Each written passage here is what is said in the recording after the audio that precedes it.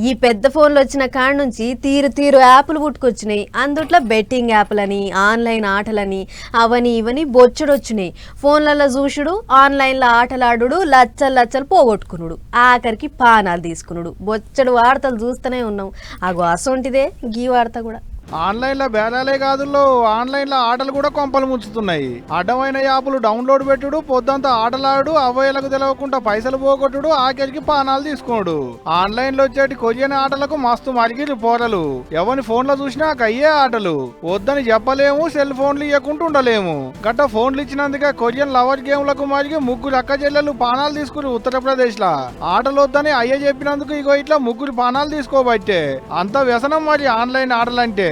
ఇల్లే కాదుల్లో ఇంకా చాలా మందికి ఇటువంటి కొరియన్ ఆటలకు మరిగిరాట.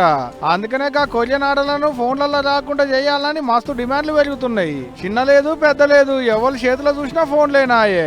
నెరి ఇయాల రేపు పోరలకు ఫోన్లు ఇవ్వకుంటే బుక్కెడు బువ్వ కూడా తినేటట్టు లేకపాయే. తినాలన్నా ఫోనే, బజ్జోవాలన్నా ఫోనే, ఆడుకోవాలన్నా ఫోనేనాయే.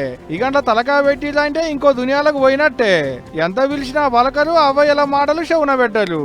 ఇంట్లో పని చేసుకొని ఇస్తలేరని పసిపోరలకు ఫోన్లు ఇచ్చుడు, ఏడుస్తుర్రని బడికి పోయేటి పోరలకు ఫోన్లు కొనిస్తే అంతే సంగతిగా. చేతిలో ఫోన్ ఉంది కదా అని ఆన్లైన్ గేమ్లకు మరిగిరా అంటే అవ్వ మాటినరు, అయ్య మాటినరు. మీరు సుత పొల్లగాళ్లకు ఫోన్లు ఇస్తుర్రా, అయితే ఓ కంట కనిపెట్టుకొని ఉండుర్రి మరి.